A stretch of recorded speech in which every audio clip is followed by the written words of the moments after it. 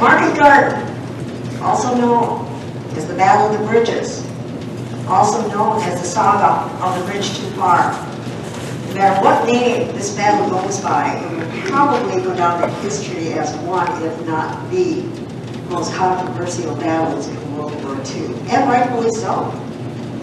Was it a gallant failure, as General Berg called it, or was it 90% successful, is what Bernard Montgomery called it, the architect of the battle. So today, Rick and I are here. If you remember, a few months ago, Rick was here and talked to us a bit about his father, Leon Holle, who we see one of these gentlemen in the picture. 82nd Airborne. Leon Holle awarded 5 battle stars in World War II. Sicily, Italy, Normandy, which we talked about last time he was here. Today, we're going to talk about Market Garden, and maybe we'll talk a little nice to Rick. He'll come back and talk to us about the Battle of the Bulge, his father's final battle in World War II. So what I'm going to do is just begin with the facts of the grand plan, and it was quite the plan. I'm going to tell you the what, the why, the where, the when, and the who. Starting with what. Market Garden, where did that name come from? Obviously, it's the code name. It was a 2-stage battle, and the first part was the airborne being dropped. Second, and that was the market. The garden part was the ground forces that come. Thus, the name Market Garden. The plan, as I mentioned, was formulated by a British General Montgomery. The purpose, more or less, was to keep the momentum going, because this battle was shortly after Normandy was wrapping up. The Allies really thought they had momentum. They really felt the Germans were on the run. They were in retreat. And so Montgomery was just bound and determined he was going to follow the Germans right into Germany. In a nutshell, the goal of the plan was to force the Germans into the Lower Rhine area, which is up here. This, I just want to explain this map a little bit. This is Belgium down here. This is Germany over here. This is the part of Holland, the lowland, the canal area. This is where the battle took place. After Normandy, they had a good foothold, of course, in France. They were pushing toward Belgium. They didn't really have the harbors in Belgium, but they had this part of Belgium. This is where they wanted to proceed up through Holland to the Rhine.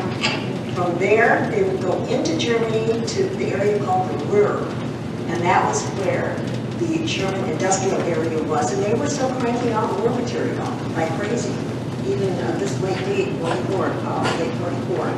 So that was the general plan. This area from here, the Belgian border, to Arnhem, which was essentially the main goal, 70 miles. Might as well have been 1,000 miles, 1,000,000 miles, because as we'll see, it was a tough battle. And why? We pretty much covered that. They wanted to end the war by Christmas 1944.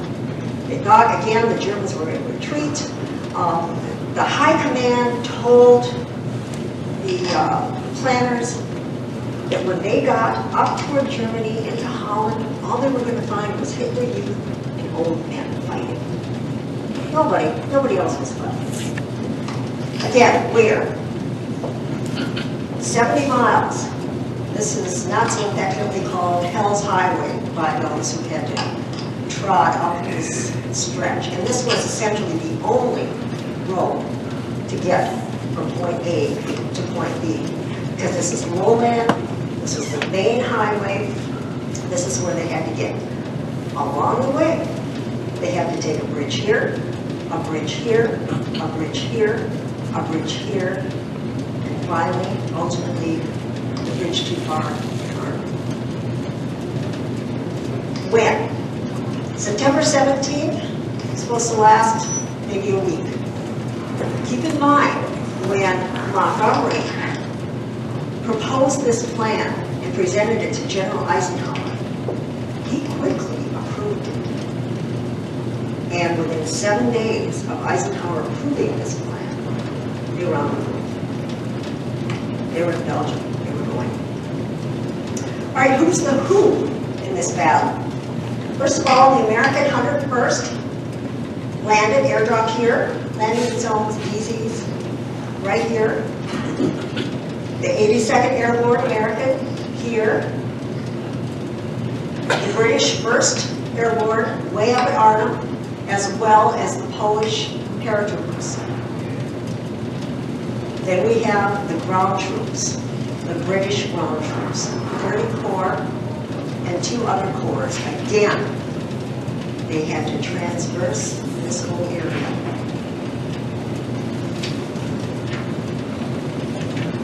And then, of course, we had the airlifts by the American 8th and 9th Air Force.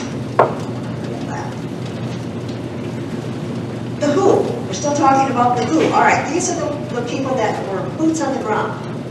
And keep in mind that, talking about boots on the ground, when dealing with airborne, they are what in our parlance today we would say the shock and awe troops. They were the ones that were landed many miles behind enemy lines. They were armed for 2 days, 3 days at the most, very lightly armed, very lightly supplied, because they were the surprise for the enemy. They were to go in there within 2 days. They would receive their supplements, heavy troops. That was the purpose of the airport. And we'll see that when they landed. Now, who put this plan? Yes. Very good.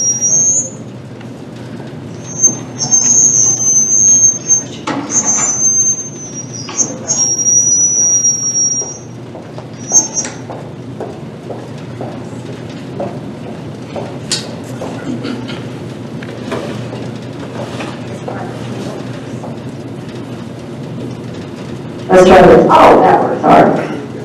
All right, let's take a look at the organization chart. Both Rick and I, when we were doing research for this, came across information that we never thought we'd come across, and one of the things was the organization chart. It's a little hard to see, but I'll explain it the best I can. If you take a look at the top, you will see the heavy hitters of the Allied forces. And of course, thank you, Debbie.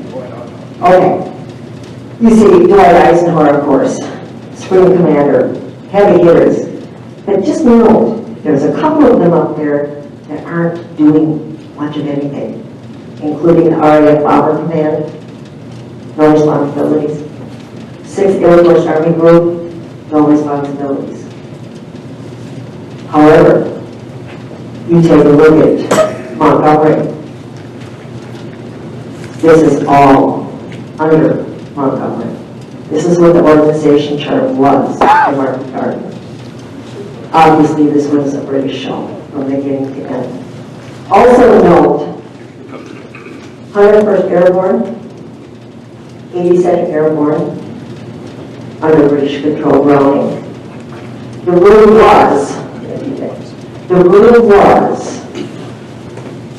that American Airborne would be under American command until the very moment they met up with the British ground troops, and then immediately they would be under British control.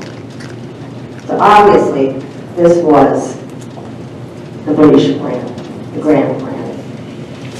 Again, just to review, what they did, they started out September 17th, which was a Sunday, simultaneous airdrops. 101st, 82nd, Polish, British.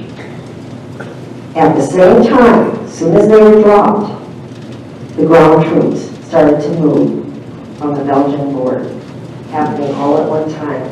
It was planned as such on the premise that the ground troops would indeed be able to travel north, be to the bridge at Arnhem within 2 days, 3 at the most.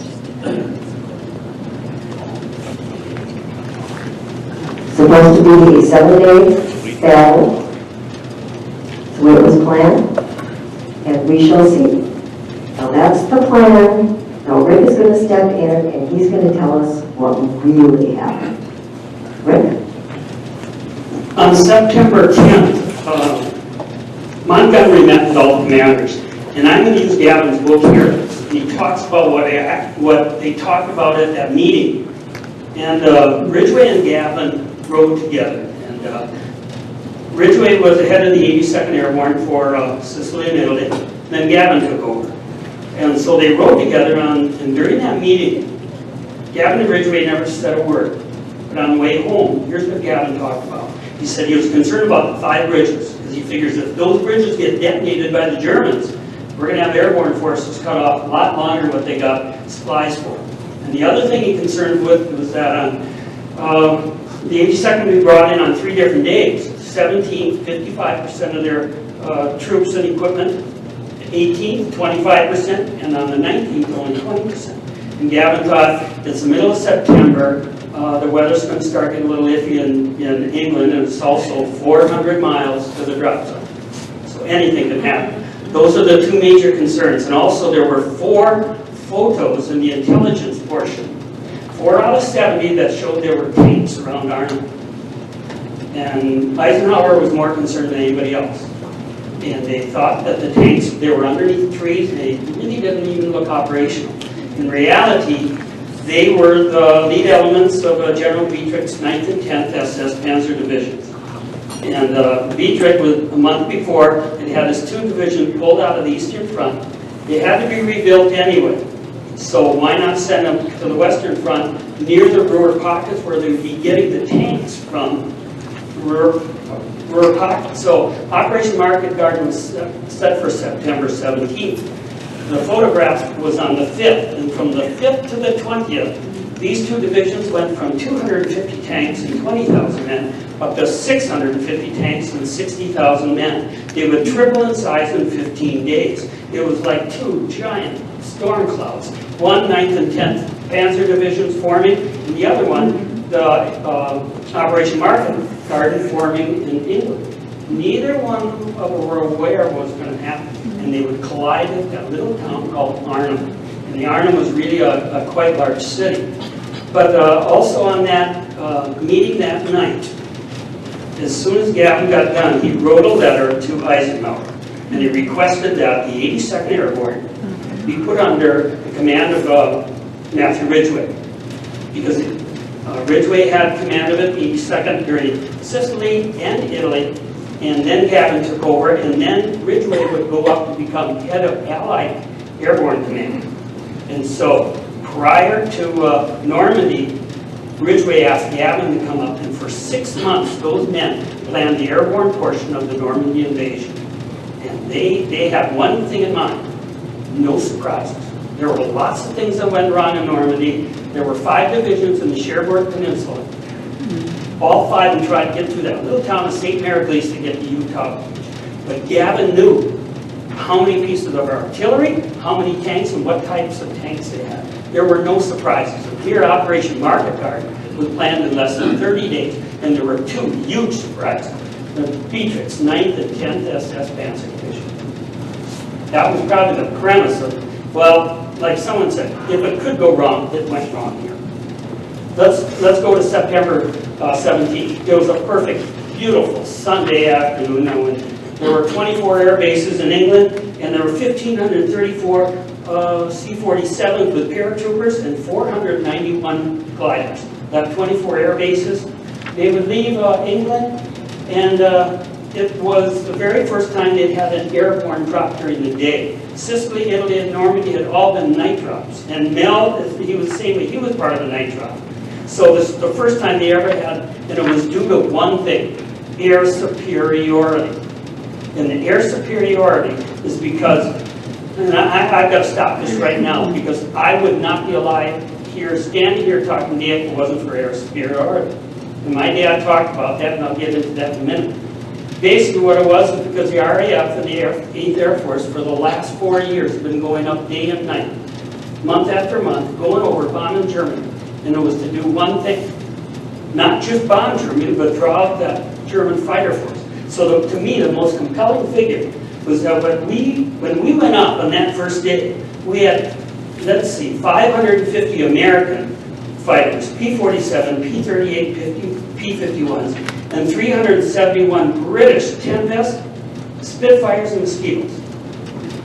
Because there's no way my dad can make a 4.5-hour glider ride across English Channel, France, occupy Holland, and land 12 miles from Germany if it wasn't for the air superiority. Men like Vince Parker, Bob Clemens, Lloyd Flint, and all the other men that have passed on before, and also to this organization who have honored these men. Like I said, I wouldn't be here today. You just can't do it. So anyway, the next step was the men who went in on that day was the Allied, or the 1st British Airborne went in first. They had the furthest to go. Then it would be the 82nd. Then it would be the 101st Airborne. And Sicily and Italy and Normandy, the 82nd led the way. In fact, General Gavin was in the lead plane, first man out the door. My dad once told me, General Gavin never sent us, he led us. And that was the truth. But now this time, the British 1st Airborne had to lead. Yeah, they went to Arnhem, they had furthest to go. And let's talk about the very first division that was most important. And it is basically from the bottom up. 101st Airborne had to take that bridge at Eindhoven. They made a perfect drop, no problems whatsoever, took the Germans completely by surprise. And they went in, took the bridge at Eindhoven. And then they had to go through Eindhoven and walk through it. And of course, the Dutch civilians have been under occupation for the last 4 years. They want to thank the 101st Airborne, and you know how that goes. So they took Eindhoven, and then they got up to the Saan Bridge that's north of Eindhoven. And exactly what Gavin predicted to go wrong went wrong. The bridge was detonated right in front of the 101st Airborne's eyes. So there they sat. So meanwhile, 101st Airborne guy by the name of General Axel Taylor radioed the 30 Corps. And he said, bring up a Bailey Bridge when you get up there. We might as well talk about 30 Corps right now. When 30 Corps left, they were the 2nd Army, British 2nd Army. When they left down there, they ran into some, probably a little more defenses than they thought would, but their real problem is when they got into a flooded area, the single road they had was almost like a dike, and so the tanks were elevated. And the German 88s, they were over a mile away, and they knocked out the first of the 9 tanks. So then we had to get a bulldozer up and push the 8 tanks out of it, and then keep going. And meanwhile, the British infantry had to go out there and knock out those 88s. And one thing we forget about, we always say the British they're very set people. Their battle order was always had to be precise before they went on. They had no reserves in their infantry. They had been going since the evacuation of Dunkirk. Then they went to North Africa. Then they went to Greece, Sicily, Italy, Normandy, and finding out. So each infantry division had no reserves. So when if they got depleted, say whether it be the officers, the enlisted men, they would pull that division out, bring another infantry division out. And if you look at the order of command, you'll notice a lot of the British were like locations, not numbered division like ours are. They're locations. Those enlisted men fight for those officers in each location. They do not merge as well as we did the American armies. The American armies, if something went wrong, you just attached another division and you kept right on going. For example, at Normandy, the 4th Division relieved the 82nd after 4 days. And the 30th Division was attached to it. And by the time they got to St. Mary-Glise, there were more tanks of the 30th Division there than there were the 4th Division. And so they merged well. Where the British 2nd Army, they were very cautious of. Well, here we have the Guards Armored under Adair. We have the 43rd Wessex Division. We have the 50th Northumberland Division. The 8th Armored Brigade. So they were very, very territorial. We've got the 15th Scottish Division. The 53rd Welsh Division. So they were very, very territorial and very, not just class-oriented, but more regimented than the Americans. And also, the biggest thing I think was the terrain and the fact the British were not set for what I call a mad dash. Like the 82nd was very fortunate. Their very first time in their drop was at Sicily, and guess who they had to really patent the 7th Army? And nobody like Pat could make a mad dash. If there were airborne troops 30 miles away, he was going to get you. When the 82nd went into Italy, they had Mark Clark's for the 5th Army. That took a little longer, but he figured it out. In Normandy, they had the 4th Division. And we were attuned to that, where the British were much more cautious and precise, but if I didn't have any more reserves in my infantry, maybe I would be too. At the very first day, 30 Corps were supposed to get that promise from Montgomery. They were supposed to make it to Eindhoven. Instead, they only made it halfway. A place called Vulcan's Route or whatever I can. Yeah, that's where they ended up. So, meanwhile, the British, or the 101st Airborne, had to hold that whole area for the first day. Now, in the 82nd Airborne, on the very first day, they had perfect weather also. And the 504 Regiment was supposed to take the very first bridge, which was the Grab Bridge. And they took that immediately, dropped it. The second objective for them was not the Nijmegen Bridge. It was the Groesbeek Heights, and Mary has been there. It's kind of an elevated area just south of the bridge at Nijmegen. And the reason being, and Montgomery is correcting this, take the Groesbeek Heights because if the Germans got the artillery 88s up there, they would cover both ends of the Nijmegen Bridge. And besides that, Groesbeek Heights is where the next two drops would be coming the next day. So basically, the 504 took the bridge at Grab.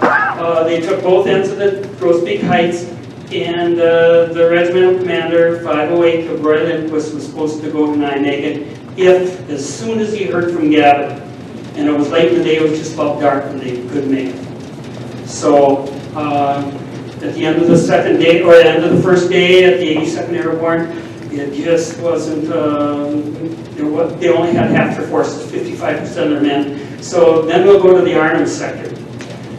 And at the Arnhem sector, the first British Airborne would land. And when they came in, they had a perfect landing. The only problem was the landing zone was 8 miles away. Right? 8 miles away, and they thought that would be no problem because there would be no resistance. And what they found out, like Berg was talking, the 9th and 10th Panzer Divisions were indeed there. So they were surprised. And again, as Rick mentioned, instead of airdropping all of the troops the first day, they could only drop during the day for some reason, would not do nighttime drops. Therefore, it took 3 days to even drop enough forces in. And this was part of the problem up at Arnhem, which is, again, the bridge too far. The ultimate staging area here to go into Germany. Again, that was the main bridge that they needed to take. As a result, only half of the airborne for the first got there, and like Rick said, they were 8 miles in. They didn't think that would be a problem. However, it was. Of 2,000 men, only 700 of the 2nd Battalion under Colonel John Frost made it to the Arnhem Bridge. And they could capture only the north end of the bridge. They could not get the south end, but again, they didn't think that was going to be a problem because within a day or two, 30 Corps would have gone all the way up the road to relieve them. So that's what they were counting on. They didn't think they would have to hold it for more than a day or two. But surprise, surprise, by Tuesday, they were getting fierce artillery from the Germans. The Germans resorted even to bombarding the surrounding houses because some of the Brits had to take cover in the surrounding buildings and houses, and they were just absolutely bombarding everything in sight. But John Frost's men held on. They had horrible casualties, but they were still holding on. However, by Wednesday, September 20th, the command came down that they had to abandon John Frost at the bridge at Arnhem. Not so much because of the manpower that he was losing, because they were fighting so ferociously that they were willing to stand and hold However, they ran out of ammunition. The last communication that went out from the Arnhem Bridge said, ammunition gone, God save the king. By Thursday, the 21st, almost all of Frost's men were captured. Frost had been wounded, completely out of commission. But the fact of the matter is, these 700 men held this bridge at Arnhem for a total of 3 days and 4 nights, almost as long as was originally believed that the entire 10,000 strong division could hold it. So for those that say that Arnhem was a failure, Frost's men proved otherwise. They held it as long as they possibly could. From that point, they abandoned the bridge. They set up a defensive perimeter up at Booster Peak, which is way out here. Arnhem is right here. Booster Peak is right here. They retreated to there. However, when the 30 Corps tanks started to come in within a day or so, they were on the wrong side of the river. They couldn't get to them. So here we have some Brits that were essentially stranded. And for that entire weekend, they tried heroically. The Polish troops just did everything they could to cross that bridge. They had these little boats. Command would send them boats without oars, or the oars were too small. And so they were not able to really get any troops over to help the Brits. They were essentially stranded. Finally, by Monday, September 25th, the British had to accept the foregone conclusion that Market Garden was not going to be a success as far as Arnhem was concerned. The first airborne, British airborne was ordered to withdraw from the river. Some were able to get back, a lot more. Of the 10,600 men, 2,400 were saved, 1,500 killed, 6,700 captured by the Germans. The Brits and Polish held for 9 days, despite the Germans. Their courageous stand has been called one of the most determined in modern military history. So what's the aftermath of not taking the bridge at Arnhem? What happened? Obviously, the front line and the Netherlands would stay around Nijmegen. They essentially had to, the Brits had to retreat back between the Rhine River and the Wall River. And obviously, ending the war by Christmas 1944 was not achieved. However, like Rick was talking, we did talk about the Wall River. This is essentially what happened at Nijmegen, which Rick can talk about again, remained pretty much the northern line for the time being, and essentially all through that winter. So Rick, if you want to go back and talk about the bridge at Nijmegen, and then I can talk a little bit too about the crossing of the Wall River. I'll back up just a little bit more. On the second day, when 82nd Airborne, immediately Gavin sent his men into Nijmegen, 1 battalion, and they kept the Groesbeek Heights open.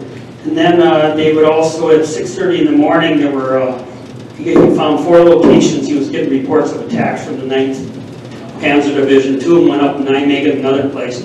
And my dad came in on that second lift, and then he came in a glider in the Groesbeek Heights, and then he would get, he would, I believe he went into Nijmegen this way. There's a man here, I've got a picture, he was, his name was Private Joe Speaks, he was a Jeep driver, headquarters of the 80th, and I can go back because my father passed away in 2000. He wrote down a list of names. And in 2010, we found a female in the attic of the Holle farmhouse. Some men in there. And we took the female and had the negative developed And there were pictures of men loading into gliders for Normandy, but one of the men is Joe Speaks. And the man on top here, and here he is in front of a OB racetrack in England. And he was a Jeep driver for officer of the 80th Battalion. And I've got the battalion log, and it shows that an officer by the name of Lieutenant John McFadden and two 57 millimeter anti-tank guns in that Jeep were attached to the 1st Battalion 508 and sent to Nijmegen. And the man here, this is in Naples, Italy. My dad's on the left. The second man is a guy by the name of John McFadden. He's the officer. And he and my dad and Joe Speaks were on their way to Nijmegen. And anyway, I'm going to hand this over to Mary, because when she went over to Holland this year, I believe she's got pictures exactly where that spot is.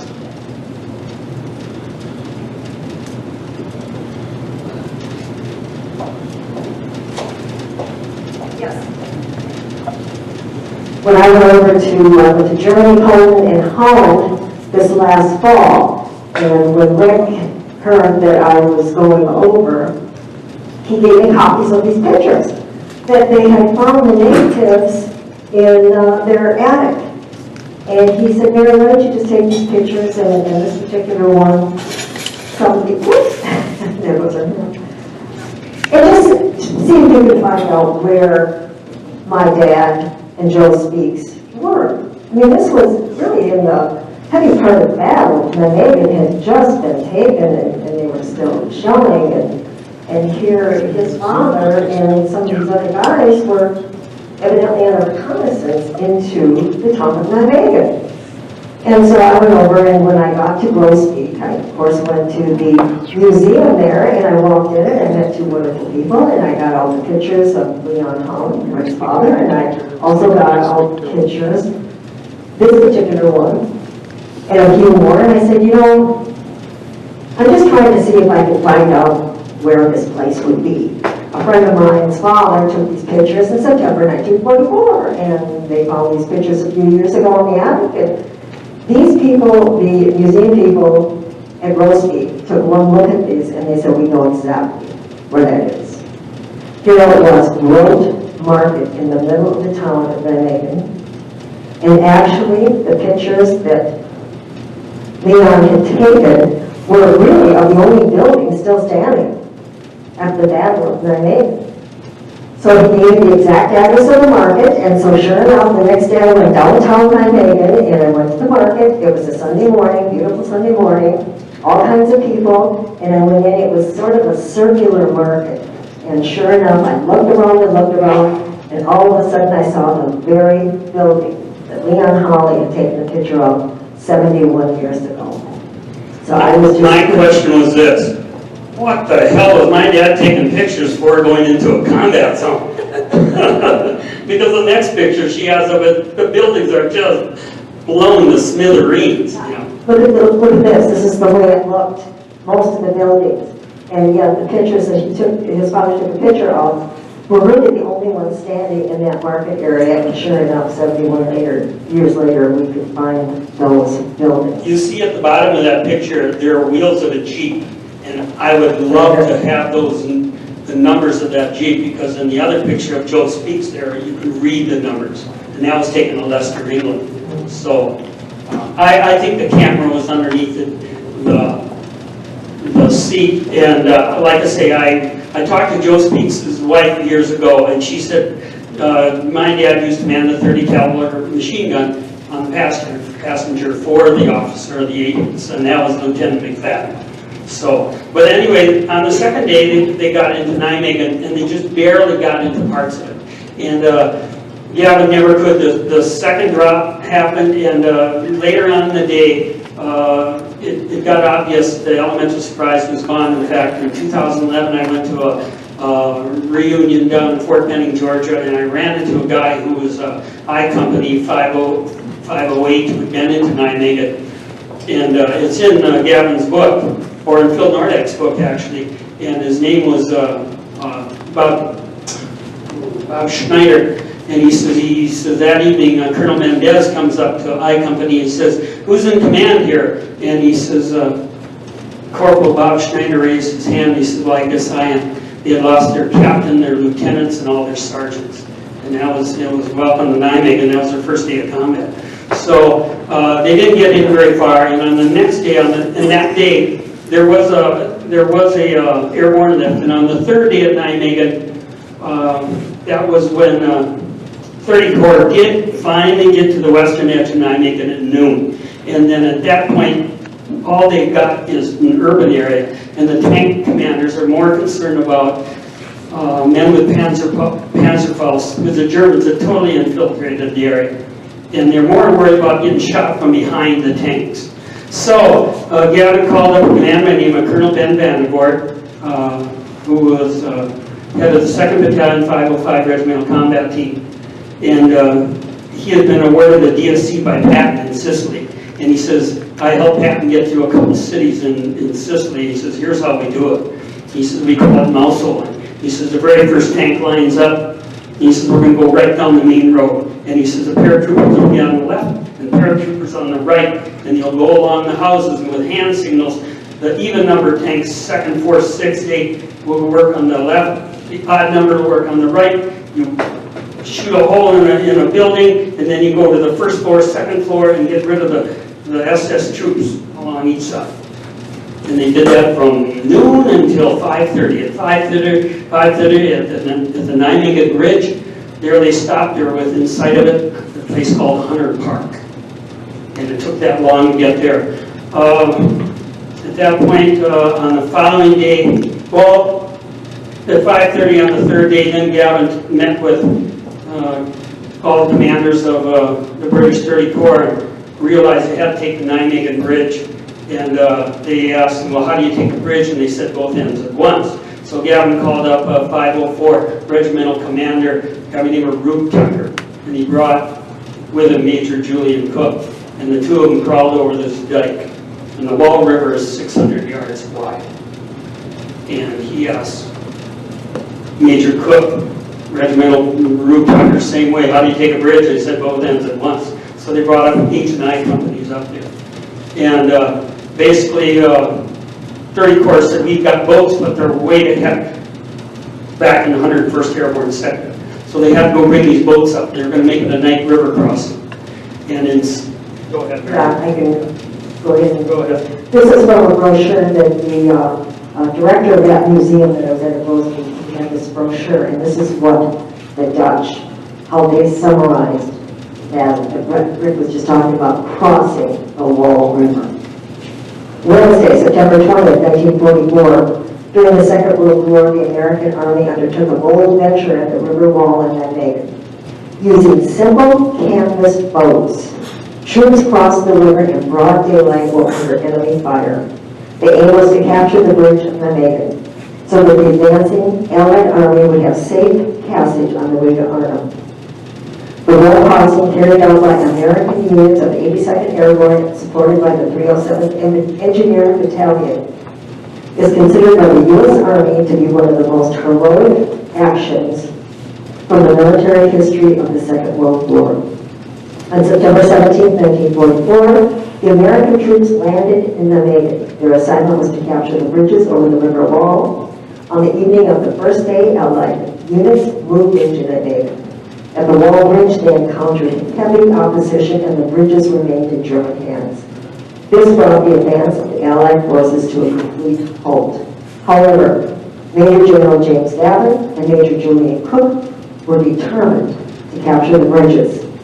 And on the afternoon of the 20th of September, the American troops crossed the river wall on boats. The soldiers entered the river at the power plant, protected only by a smoke screen laid down by cannon fire, which was unfortunately blown away by the wind. While taking heavy fire from the Germans, only 13 of the 26 canvas boats made it across the river in the first wave of attacks. An additional 2 vessels were lost during the second wave. The remaining boats made a total of 6 crossings, during which hundreds were injured and 48 American soldiers lost their lives. The Allies captured the railroad bridge at approximately 5 p.m. 2 hours later, the road bridge was captured, after which the first 4 British tanks rolled over the bridge. However, the troops did not advance to Arnhem, as we talked about before. And the bridge over the river Rhine in Arnhem remained in German hands. Therefore, Nijmegen did remain the northernmost boundary of AFHS.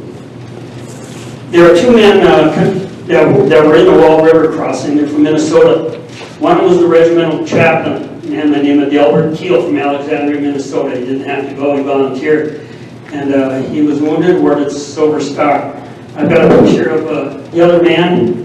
His name's Bill Hannigan. He's on the right. It's a pretty small picture, and he's with Lieutenant James McGillis. Hannigan was from St. Paul. My wife had him out to our place a couple times. And he and James McGillis were the only 2 men in their boat that survived. The 26 boats that went across, there was 11 that made it back. Not 13, it was 11. When they got done crossing the Wall River, then they attacked the bridge. There were 267 dead German bodies up there on the bridge.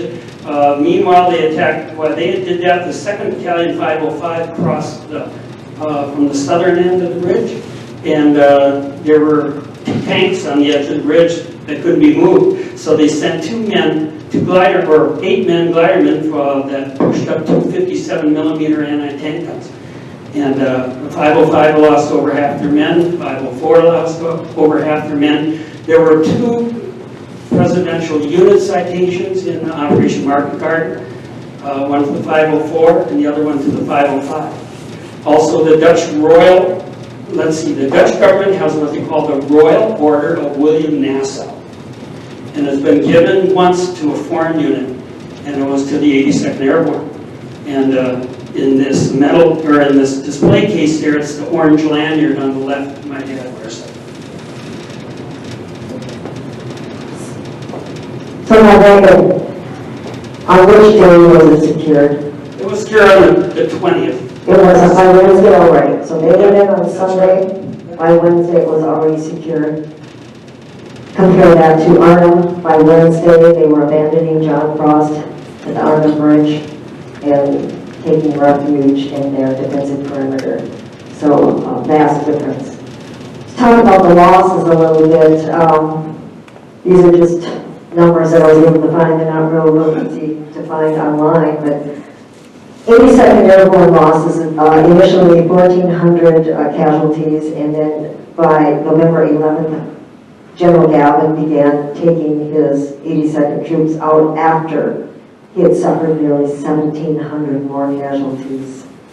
The 101st suffered a bit more, 2,100 casualties, and by the end of November, General Maxwell Taylor followed suit and began extracting the 101st from Holland, after they again had lost nearly 2,000 more.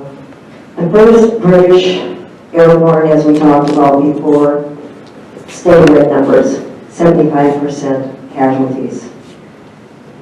The British Ground Corps, 3rd Corps down here, lost, from what I could find, about 5,000. The Polish Parachute Brigade, about 400. Their numbers were low, but they were, not that numerous to begin with, but it was no staggering losses for them. German casualties, again, the numbers range between 6,000 and 10,000. It's a little hard to determine how many they lost. Last but not least, the people of Holland. What were their casualties? When the battle first started in September, the Dutch government in exile in London more or less incited the railway workers to go on strike, which they did, hoping to help the Allies during the battle in their homeland. Unfortunately, the Germans took retribution and cut off all food supplies going into Holland. So that winter of 1944-1945 became the winter of hunger. The south of the Netherlands was liberated, but the north and west of the country was essentially cut off.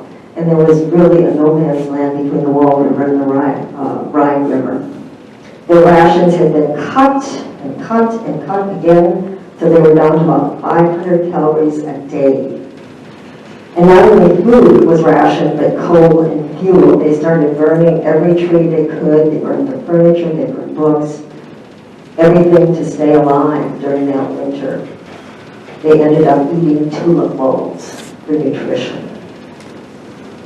Beginning about April 24th, 1945, the British government announced that Operation Manna would commence. And on the 29th of April, people of Holland heard the following BBC announcement.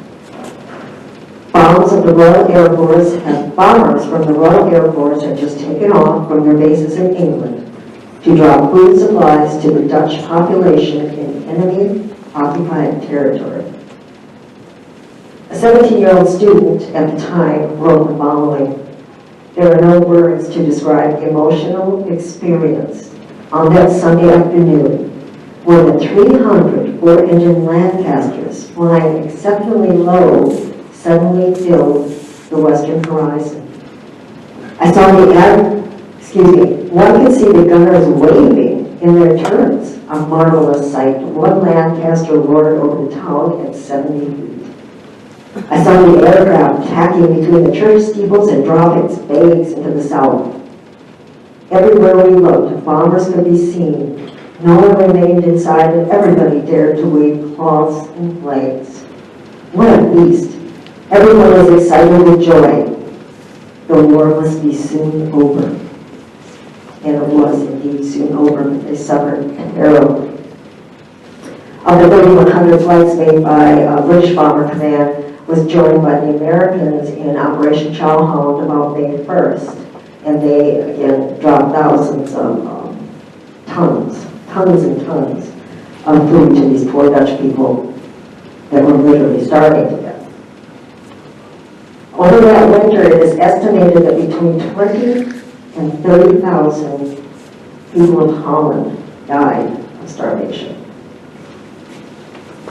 Despite that, the people of Holland have a tremendous bond with not only the Americans, but the Brits as well. And they've taken steps to ensure that that bond goes on and on.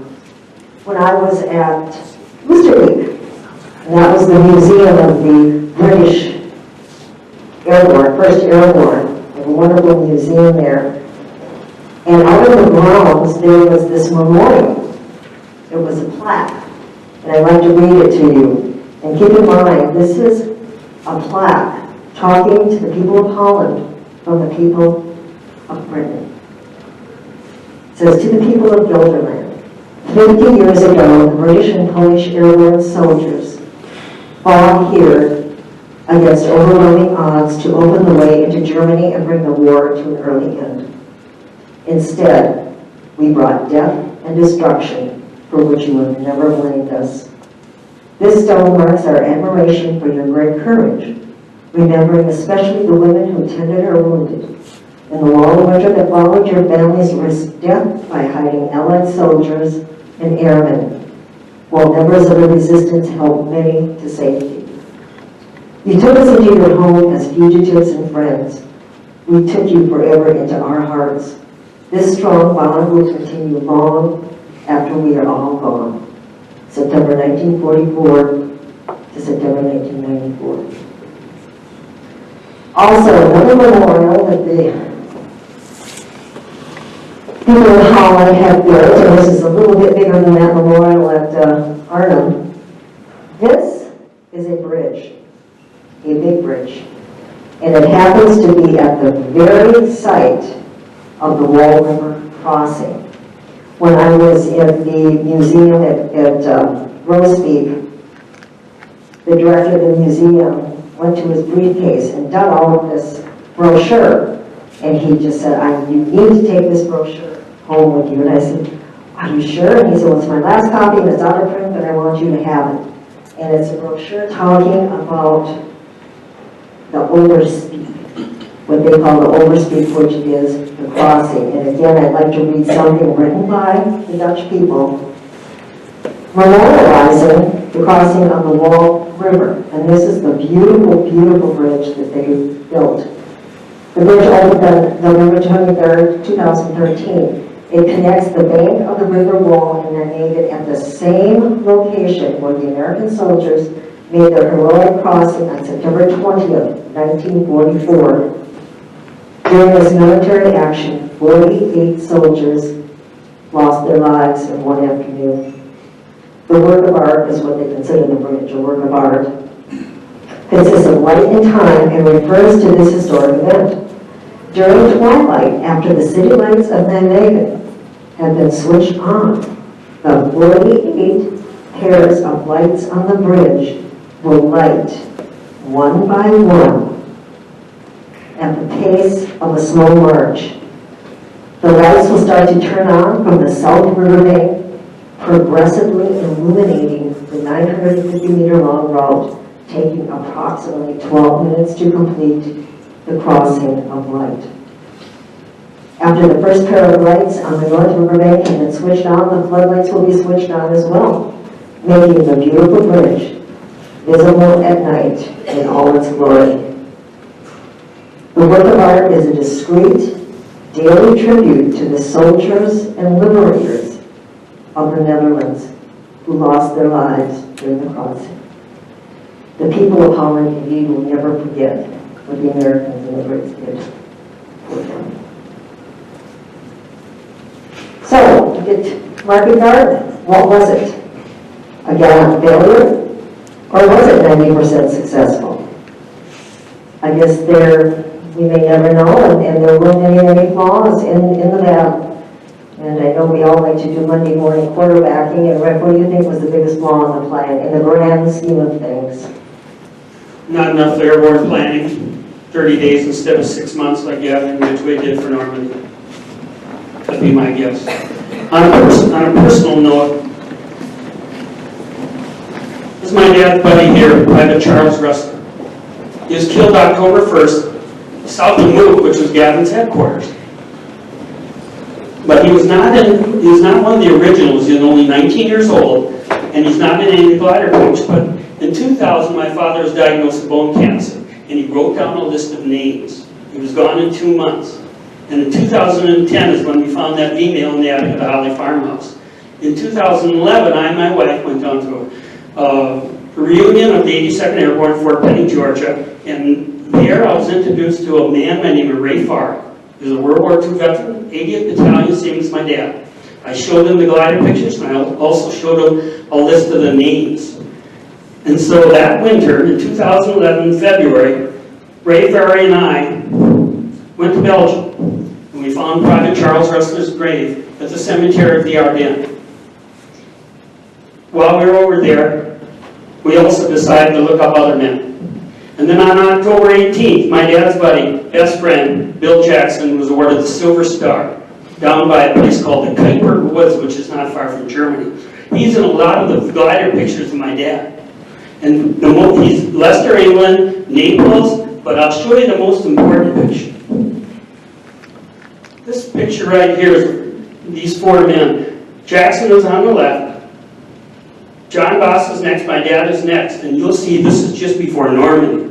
And I may have shown it to you before, but it's important. The guy from Indiana that I went over to Belgium with, who's a gliderman, he verified this for me. He said, you notice, two of the men have their right legs stuck up, and basically they are out of uniform. But you are only allowed to do this just before you go into combat. What they've done is their right leg, they have their trench knife attached. And the bottom cord, which is green, remains attached. However, just before you go into combat, you take the green cord off and on the top, you attach it with a condom. That way, when you exit the glider, you use your left hand on the weapon, and your right hand, you can grab that trench knife. Bill Jackson would go through the entire war without a scratch. However, Lieutenant McFadden, the man in the picture, he was wounded September 22nd. Joe Speaks was wounded in the Battle of the Bulge. My dad's buddy, Charles Russell, killed. And my dad earned his Purple Heart a year earlier at the Anzio Beach in Italy. Bill Jackson, however, would pass away of cancer in February 1956. In a blizzard, my dad flew to Whirlsbrook, West Virginia for the funeral. Those guys had a bond. I'll never know. And I think Operation Market Garden, like I say, was the fourth battle star of my dad. So, anything else, Mary? Well, we want to talk about it. Anybody have any questions, any comments? Yes, Jim. When they couldn't get the last bridge up there, did they hold that final line there, or did they have to withdraw from that final? No, they withdrew. They went to kind of an area down in here, kind of an island area. But yeah, Arnhem was essentially gone. I mean, and they couldn't take it. So Nijmegen really renamed the battle line. Yeah, a little north of Nijmegen, and they held that. The 82nd kept it there till November 16th, and part of the reason because there were so many of the British infantry, it took that long for them to bring men up. So, and they were talking about the flaws of the plan, and again, you can go back to General Montgomery, and maybe he had too big of an ego, and why, you ask, did Supreme Commander Eisenhower approved the plan so quickly and then essentially hand over control of American troops to the British? We don't know. From my civilian standpoint, the terrain itself, how in the world they ever expected to travel from the south through canal country, only 70 miles, but again, it might have been 10,000 miles. It just was not physically, logistically possible under good circumstances. And there were many, like you talked about, surprises. The Panzers being there. So to me, it was just, they considered this Hell's Highway because some of the troops ended up crawling in the ditches because the Germans were coming along and they had to get down in the ditches along this highway because this was the only way to get from the south, point A, to point B. one of the problems up in Arnhem was that the British had no communication with each other. They were basically 3 battalions struck about 4 miles apart from each other. Colonel Frost made the first run, paratroopers only. Took them 7 hours to get those 8 miles through. They beat the Germans here by a half hour. The other 2 battalions waited for their glidermen to bring in anti-tanks and jeeps. And they only got 4 miles up. And they all 3 took different routes. Colonel Fitch, 3rd Battalion on the right, Goldburn's on the left, Frost went up the middle. The other ones only got 4 miles and then they got cut off. And it was cut off by Dietrich's 10th Panzer Division. Talk about the communication, why it was so bad. It was so bad because the British had what they call the number 22 radio system. It was a good radio when the paratroopers landed. The only problem was under desert conditions, it would go 3 to 4 miles and that's it. Now you get a flooded area, it only had a mile radius. And the glider system there were 2 gliders that came in with what they call the booster system for the number 22 radio. And those 2 gliders landed in German hands. And you could put them in like a half track or a self-propelled gun. But those 2 gliders, so 101st Airborne had communication, 82nd had communication. Here, the 1st Airborne of the British had no communication. The worst problem is this. Those guys had never been in any combat. The British 1st Airborne had been formed 8 months ago. And another problem they had was Roy Urquhart. He was an excellent commander in North Africa, Sicily, and Italy. But he had never jumped from an airborne operation, and he had never even been in a glider. So now it's a little bit different. Airborne operations are you have to move quick and move fast. And all 3, and worse yet, General Urquhart was cut off from his troops for 3 days because he was in a Jeep, and his Jeep driver and his radio man were killed, and he was sat in the attic of a Dutch farmhouse for the first 3 days of Operation Market Garden. No leadership, no communication, and no experience. Mary, Yes, Lou. in your research, was Churchill, General Marshall, or Eisenhower or Roosevelt brought into the plans, or was it strictly Eisenhower? I think it was probably strictly military. Yeah, strictly. I don't think the political part, I mean, it was political in a way. but I don't think the leadership was brought in, the political leadership was brought in. It was military. And why Eisenhower thought that he had to go along with the birds, I don't know. What happened up to that point, we just don't know. I'd like to read something too by General Berg, and the one that said that it was a gallant failure. This is another quote from him that I thought was very, very telling. He said, the 82nd and the 101st Divisions accomplished every one of their objectives. In the years to come, everyone will remember Arnhem, but no one will remember that 2 American divisions fought their hearts out in the Dutch Canal Country and with the help of the Germans. Questions? Thank you very, very much.